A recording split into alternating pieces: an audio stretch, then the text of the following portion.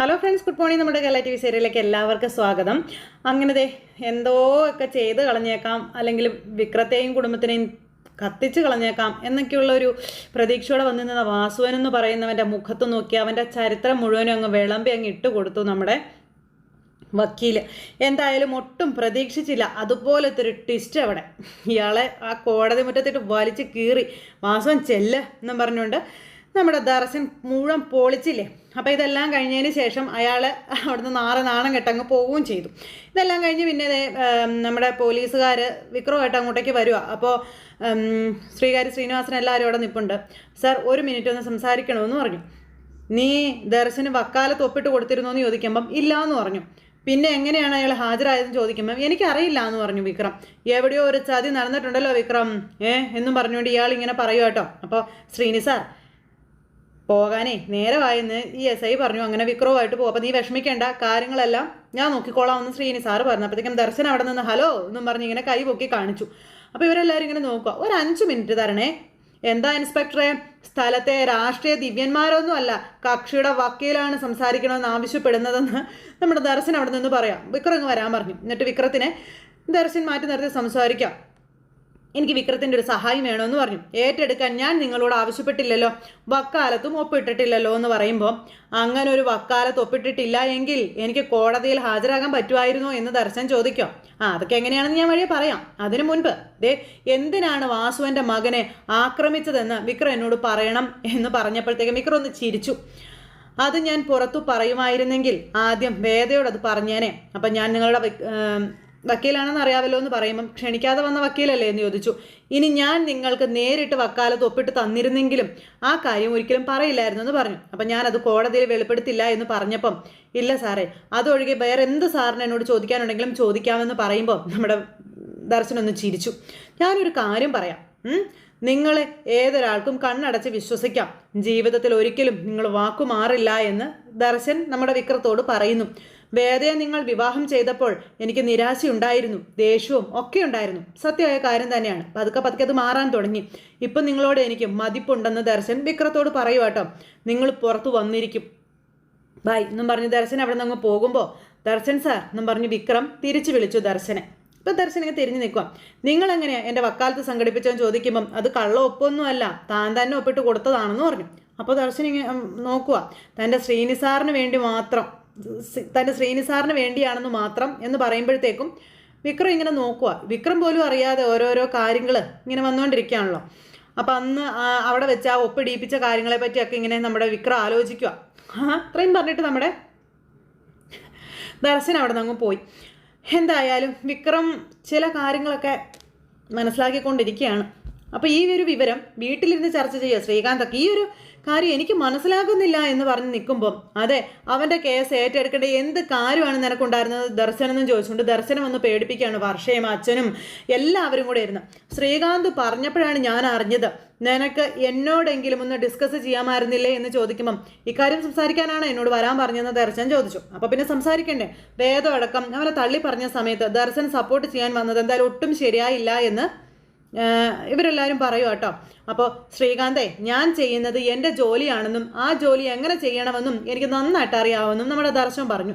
ഞാൻ നിങ്ങളുടെ ആരുടെയും ബിസിനസ്സിലോ ജോലിയിലോ ഒന്നും കയറി ഇടപെടാൻ വരുന്നില്ലല്ലോ എന്ന് പറയുമ്പം കണ്ടില്ലേ, ഇതാണ് സ്റ്റാൻഡിങ്ങിൽ നമ്മൾ പിന്നെ എന്തു പറയാനാണെന്ന് ശ്രീകാന്ത് അവിടെ ഇരുന്ന് ചോദിക്കുന്നു. അപ്പോൾ ദർശ, നിന്റെ പെങ്ങളെ ഇവിടുത്തെ ശ്രീകാന്ത് കെട്ടിയ ബന്ധം മാത്രമൊന്നും അല്ല നമുക്ക് ഈ കുടുംബമായിട്ടുള്ളത്, അത് നിനക്കറിയില്ലേ എന്ന് ചോദിച്ചു. ഇതും നമ്മുടെ കുടുംബം തന്നെയാണ്. ഇവിടെ ഒരു പ്രശ്നം വന്നാൽ ഒരുമിച്ച് നിൽക്കുകയാണ് നമ്മൾ ചെയ്യേണ്ടതെന്നൊക്കെ പറഞ്ഞുകൊണ്ട് അച്ഛൻ മോനോട് പറയുമ്പോൾ അതിന് ഞാൻ കുടുംബത്തിനെതിരാണെന്ന് ആര് പറഞ്ഞു എന്ന് ചോദിക്കുമ്പോൾ ദർശ, നീ കണ്ണടച്ചിരിട്ടാക്കരുതെന്ന് വർഷ. വേദ ഈ കുടുംബത്തിൽ നിന്നും അവൻ്റെ കൂടെ ഇറങ്ങിപ്പോയത് നീയുമായിട്ടുള്ള കല്യാണം വേണ്ടെന്ന് വെച്ചിട്ടാണെന്ന് വർഷ പറയുന്നു. അത് പിന്നെ നിസ്സാരമായിട്ടൊന്നും അല്ല നിന്നെ ബാധിച്ചിട്ടുള്ളതെന്ന് എനിക്ക് നന്നായിട്ട് അറിയാമെന്നും പറഞ്ഞു. മറ്റൊരു വിവാഹത്തിന് നീ എപ്പോഴെങ്കിലും സമ്മതിച്ചിട്ടുണ്ടോ എന്ന കാര്യവും ചോദിച്ചു. ഇനിയും വേദ തിരിച്ചു വന്നാൽ ഞാൻ വിവാഹം കഴിക്കാൻ തയ്യാറായിരുന്നു എന്നല്ലേ നിന്റെ സ്റ്റാൻഡ് എന്നൊക്കെ ചോദിക്കുമ്പോൾ ദർശൻ ഇങ്ങനെ അന്തം വിട്ടിങ്ങനെ ഇരിക്കുക കേട്ടോ. എന്തായാലും ആ വേദയാണ് ഇപ്പം അവനെതിരെ തിരിഞ്ഞിരിക്കുന്നത്. ആ ഒരു സമയത്ത് നീ അവനെ രക്ഷിക്കാൻ തിരിച്ചത് മോശമായിപ്പോയെന്ന് പറഞ്ഞു.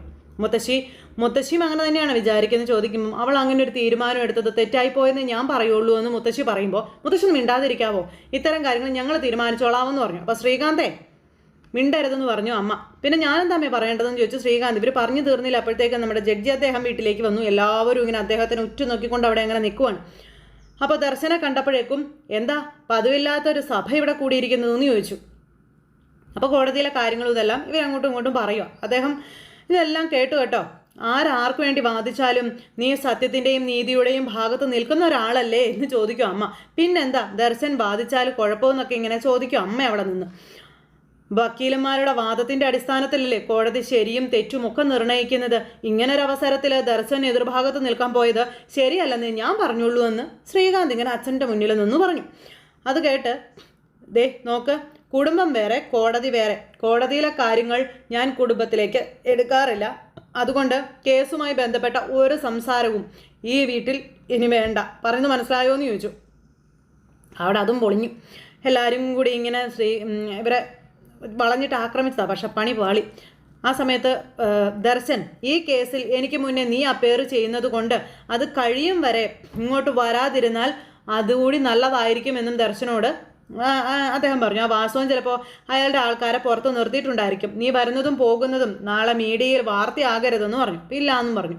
അങ്ങനെ അദ്ദേഹം കാര്യങ്ങളെല്ലാം പറഞ്ഞ് ധാരണയാക്കി വെച്ചിട്ട് അവിടെ നിന്ന് അങ്ങ് പോയി. ദർശനും അങ്ങ് പോയി. ഇത് കഴിഞ്ഞതിന് ശേഷം പിന്നെ കാണിക്കുന്നത് അവിടെ കമലയ്ക്ക് ആരോ ഫോൺ ചെയ്തു, വിവരങ്ങളെല്ലാം കൊടുത്തു.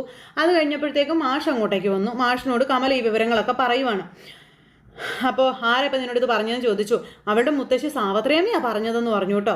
പിന്നെ ദർശൻ വക്കീലായി ഹാജരായ സ്ഥിതിക്ക് ഇനി വിക്രം ജാമ്യം കിട്ടി പുറത്തിറങ്ങി എന്ന് കരുതിക്കൊള്ളാൻ തന്നെയാണ് അവരും പറയുന്നത് എന്ന കാര്യമൊക്കെ ഇങ്ങനെ പറയുവാണ്.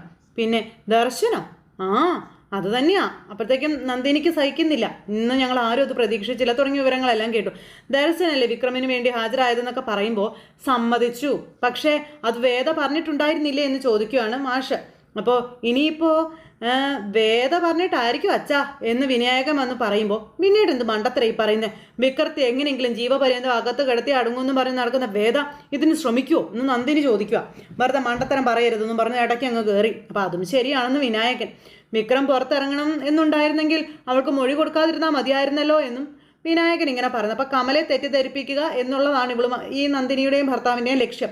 അപ്പം എനിക്കതൊന്നും അറിയണ്ട, ആര് പുറത്തേക്ക് ഇറക്കിയാലും എനിക്ക് എൻ്റെ മോൻ പുറത്തിറങ്ങി കണ്ടാൽ മതി എന്നും പറഞ്ഞുകൊണ്ട് കമല കിടന്നങ്ങ് ഒച്ച വയ്ക്കാം. അപ്പം സന്തോഷമായി അവിടെ നന്ദിനിക്ക്. ആ സമയത്താണ് വേദ വീട്ടിലേക്ക് കയറി വരുന്നതും ഇവരെ എല്ലാവരെയും കാണുന്നതും. അപ്പോൾ കമല ഇങ്ങനെ നോക്കുക കേട്ടോ നമ്മുടെ വേദയെ. അപ്പോൾ അച്ഛനും ഇങ്ങനെ നിൽക്കുന്നു. അപ്പോൾ എല്ലാവരും ഇങ്ങനെ ഉത്തരം കിട്ടാൻ വേണ്ടി ഇങ്ങനെ നിൽക്കുക. ആ സമയത്ത് കമല നേരെ വേദയുടെ അടുത്തേക്ക് ചെന്നു. വിക്രത്തിന് വേണ്ടി ദർശൻ തന്നെ ഇറങ്ങുമെന്ന് നീ വിചാരിച്ച് കാണില്ലല്ലേ എന്ന് ചോദിക്കുന്നു. കോടതിയിൽ നിന്ന് ഇറങ്ങിയപ്പോൾ ദർശനുമായിട്ട് സംസാരിക്കുന്നത് ഞാൻ കണ്ടായിരുന്നല്ലോ, എന്തിനാണ് ഹാജരായി എന്ന് ചോദിക്കുമായിരുന്നു എന്ന് ചോദിക്കുമ്പം അതെ, ആവശ്യമില്ലാത്ത കാര്യങ്ങളിൽ എന്തിനാണ് ദർശൻ ഇടപെട്ടത് എന്ന് ചോദിച്ചത്. അപ്പോൾ കേട്ടില്ലേ അമ്മേ, അവളുടെ പറച്ചിലമ്മ കേട്ടില്ലേ എന്നൊക്കെ ചോദിക്കാം. ഇത്രത്തോളം വിഷു ഉള്ളിൽ വെച്ചിട്ടാണ് നീ പെരുമാറിയതെന്ന് ഞാൻ ഓർത്തില്ല വേദയെന്ന് പറഞ്ഞ് നന്ദിനി ആളാകുമ്പോൾ. ഇല്ല നന്ദിനി അടുത്തി, ഞാൻ ഇതുവരെ ഉള്ളിൽ വിഷം വെച്ച് പെരുമാറിയിട്ടില്ല. അനാവശ്യമായി കുത്തുവാക്കുകൾ പറഞ്ഞ് ആളുകളെ വിഷമിപ്പിക്കാനും എനിക്കറിയില്ല എന്ന് വേദ നേരം പറഞ്ഞു. എനിക്ക് വേണ്ടത് എന്താണെന്ന് നിങ്ങൾക്ക് ഇപ്പം മനസ്സിലാവില്ലെന്ന് പറയുമ്പം എന്നാൽ വാ തുറന്ന് പറയാമെന്ന് പറഞ്ഞ കമല. എന്താ നിനക്ക് വേണ്ടത്? എൻ്റെ മകൻ്റെ ജീവനോ അതോ അവരെ ജീവിതകാലം മുഴുവൻ നിനക്ക് ജയിലിൽ അടയ്ക്കണോ? എന്താ നിനക്ക് വേണ്ടത് എന്ന് ചോദിച്ചുകൊണ്ട് കമല ഒച്ച വയ്ക്കുന്നു. വേദ അതിനൊന്നും മിണ്ടിയില്ല കേട്ടോ. ഞാൻ ആദ്യമേ ഇവളുടെ ലക്ഷ്യം എന്താണെന്ന് പറഞ്ഞപ്പോൾ ആർക്കും വിശ്വാസമായില്ലായിരുന്നല്ലോ. ഇപ്പം മനസ്സിലായില്ലേ ഇവള് വന്നത് വിക്രത്തിനോടുള്ള അടങ്ങാത്ത പക തീർക്കാനാണെന്നുള്ളതെന്നൊക്കെ ഇങ്ങനെ പറയുക നന്ദിനി. അവസരം കിട്ടുന്നത് വരെ നിങ്ങളെ എല്ലാവരെയും എടുത്ത് കാത്തിരുന്നെന്ന് മാത്രം, പക്ഷെ എന്നെ മാത്രം കയ്യിലെടുക്കാൻ പറ്റിയില്ല എന്നൊക്കെ പറഞ്ഞ് നന്ദിനി തുള്ളുമ്പം ദേ വക്കീൽ ദർശൻ വിക്രത്തിന് വേണ്ടി ഹാജരാകാൻ കാരണം എന്താണെന്ന് അച്ഛൻ ചോദിക്കുമ്പം അറിയില്ല എന്ന് പറഞ്ഞു. ഞാൻ നേരിട്ട് ചോദിച്ചു, ഒന്നും പറഞ്ഞില്ല എന്ന് വേദ. അയ്യോ, നീ അവനെ എന്നേക്കുമായി ഇല്ലാണ്ടാക്കാൻ നോക്കുവാണെന്ന് തോന്നിയപ്പോൾ ദർശൻ വക്കീലിന് പാവം തോന്നി കാണുമെന്ന് നന്ദിനി കയറി പറയാം. ഈ വീട്ടിൽ വന്ന് കയറിയവരിൽ ഞാൻ ഏറ്റവും കൂടുതൽ സ്നേഹിച്ചത് നിന്നെയായിരുന്നു എന്ന് കമല വേദയോട് പറയുക.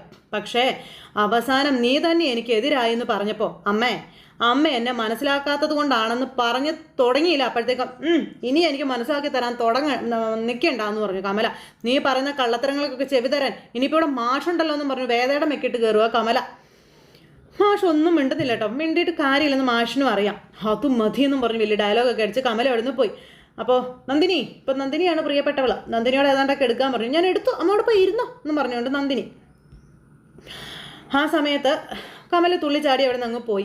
അങ്ങനെ എല്ലാം മാറ്റി പറയുന്ന ഒരു സമയം വരും മോളെ, നീ ധൈര്യമായിട്ടിരിക്കാൻ മാഷ് വേദയോട് പറയാം. രാത്രിയുടെ ഇരുട്ട് മറയ്ക്കാൻ മനുഷ്യന് ഒരു നക്ഷത്രം പോരെ മോളെ എന്ന് ചോദിച്ചിട്ട് അച്ഛനും അവിടുന്ന് അങ്ങ് പോയി. ഈ സമയത്ത് നന്ദിനി ഏതാണ്ട് പക പോക്കുന്നത് പോലെ വേദയോട് കാണിച്ച് അവിടുന്ന് ഓരോന്നൊക്കെ എടുത്തൊക്കെ വെക്കുക. തൊട്ടടുത്ത നിമിഷം അടുത്ത കോടതി കൂടി. അങ്ങനെ വിക്രത്തെ വിളിപ്പിച്ചു കഴിഞ്ഞപ്പോഴത്തേക്കും വാസുവൻ അവിടെ ഇങ്ങനെ നോക്കിക്കൊണ്ട് ഇങ്ങനെ ഇരിക്കുക. ക്രോസ് ഉണ്ടോ എന്ന് നമ്മുടെ ജഡ്ജി ചോദിച്ചപ്പോൾ ദർശൻ എഴുന്നേറ്റു. ഉണ്ട് സാർ. അപ്പോൾ ഒബ്ജക്ഷൻ എന്ന് പറഞ്ഞാൽ അടുത്ത ആൾ എഴുന്നേറ്റു. ക്രോസ് തുടങ്ങുന്നതിനേ മുന്നേ തന്നെ ഒബ്ജക്ഷനോ എന്ന് ചോദിക്കുമ്പോൾ, സാർ ഈ കേസിൽ മുൻപ് ഹാജരായ വക്കീൽ ക്രോസ് ഇല്ല എന്ന് പറഞ്ഞ് ഒഴിഞ്ഞതാണെന്നും അതിനുശേഷം ഈ കേസിൽ നിന്ന് രക്ഷപ്പെടുന്നതിന് വേണ്ടി പ്രതി വിക്രമിൻ്റെ ഭാഗത്തു നിന്നുള്ളവർ ഒരുപാട് ഗൂഢാലോചനകൾ നടത്തിയിട്ടുണ്ടെന്നുള്ള കാര്യങ്ങളൊക്കെ പറയുക ഈ വക്കീൽ. അത് കേട്ട് ദർശൻ ഇങ്ങനെ ചിരിക്കുക. ഗൂഢാലോചനയോ? ഇപ്പം എന്തൊക്കെയാ പറയുന്നതെന്ന് ചോദിച്ചു. പ്രതിയുടെ വക്കീൽ വക്കാലത്ത് ഒഴിഞ്ഞപ്പോൾ പുതിയ വക്കീൽ കേസ് ഏറ്റെടുത്തു. അദ്ദേഹത്തിൻ്റെ വാദമുഖങ്ങൾ എന്തൊക്കെയാണെന്ന് അവതരിപ്പിക്കുന്നതിന് മുൻപ് പ്രോസിക്യൂഷൻ അവതരിപ്പിച്ച ഐ വിറ്റ്നസിനെ അദ്ദേഹത്തിന് ക്രോസ് ചെയ്യാതെ പറ്റുമോ എന്ന് ചോദിച്ചു. അഡ്വക്കേറ്റ് ദർശൻ യുവർ പ്രൊസീഡ് എന്നും പറഞ്ഞിട്ട് ദർശനോട് പറഞ്ഞു. അങ്ങനെ വേദയെ വിളിപ്പിച്ചു. അപ്പോൾ അങ്ങനെ വേദയുടെ പേര് വിളിച്ചപ്പം നേരത്തെ വിളിച്ചപ്പോൾ ഇതായിരുന്നില്ലല്ലോ പേര് എന്നിങ്ങനെ ആ പേര് കേട്ടപ്പോൾ നമ്മുടെ ജഡ്ജി അദ്ദേഹം പറയാം. അപ്പോൾ റെക്കോർഡ്സിൽ വേദ ശങ്കരനാരായണൻ എന്നാണെന്ന് ഐ വിറ്റ്നസ് എഴുതി തന്നിട്ടുണ്ട് സാർ എന്നിങ്ങനെ പറയുമ്പോഴത്തേക്കും നമ്മുടെ ശങ്കരൻ ഇങ്ങനെ നോക്കുവാണ് വേദയെ. ആ സമയത്ത് അച്ഛൻ്റെ മുഖത്ത് ചെറിയൊരു പുഞ്ചിരിയൊക്കെ വിടർന്നു. പക്ഷെ കടിച്ചിരിക്കണമല്ലോ, ജഡ്ജിയല്ലേ. അങ്ങനെ വേദ കയറി കൂട്ടിൽ നിന്നു. വിക്രം അന്നേരം വേദയെ നോക്കുന്നു, വേദ വിക്രത്തെ നോക്കുന്നു. ഇവർ രണ്ടുപേരെയും മാറി മാറി നോക്കി വാസുവൻ അവിടെ ഇരിപ്പുണ്ട്. അതിനുശേഷം വേദയോട് ചോദ്യങ്ങളായിട്ട് നമ്മുടെ ദർശൻ വന്നു. അപ്പോൾ പേരും കാര്യങ്ങളൊക്കെ ചോദിച്ചു. എല്ലാ കാര്യങ്ങളും വേദ പറഞ്ഞു. വിവാഹം കഴിഞ്ഞതാണോ എന്ന് ദർശൻ ചോദിക്കുമ്പം അതേന്ന് പറഞ്ഞു. ഭർത്താവിൻ്റെ പേര് വിക്രം. അങ്ങനെ അങ്ങോട്ടും ഇങ്ങോട്ടും ചോദ്യങ്ങളായ ഓരോന്നോരോന്ന് ദർശൻ ചോദിക്കുക. കോടതിയെ മുൾമുനയിൽ നിർത്തിക്കൊണ്ടിരിക്കുകയാണ്. അപ്പോഴേക്ക് ഇടയ്ക്ക് കയറി ഇടങ്കോലിടാനായിട്ട് ഒരു വക്കീൽ വന്നപ്പോഴത്തേക്കും അവിടെ പോയി ഇരിക്കാൻ പറഞ്ഞു നമ്മുടെ ശങ്കരൻ അയാളോട്. പിന്നെ നമ്മുടെ ദർശൻ്റെ വാദമായിരുന്നു. വേദ ഇങ്ങനെ നോക്കുക കേട്ടോ നമ്മുടെ വിക്രം. ഭർത്താവിനെ നിങ്ങൾക്ക് ഇഷ്ടമല്ലെന്നാണോ എന്നൊക്കെ ചോദിച്ചുകൊണ്ട് ഇങ്ങനെ ഓരോന്നൊക്കെ ചോദിക്കും കേട്ടോ. വിക്രത്തിനെതിരെ മൊഴി പറഞ്ഞതിൻ്റെ പേരിൽ ഭർത്താവിൻ്റെ പേര് നിങ്ങളുടെ പേരിനോടൊപ്പം ചേർക്കുന്നത് നിങ്ങൾക്ക് നാണക്കേടാണോ എന്നൊക്കെ ചോദിക്കുമ്പം ഞാൻ പറഞ്ഞല്ലോ അച്ഛൻ്റെ പേര് മാറ്റാൻ എനിക്ക് താല്പര്യം ഇല്ലാത്തത് കൊണ്ടാണെന്ന്.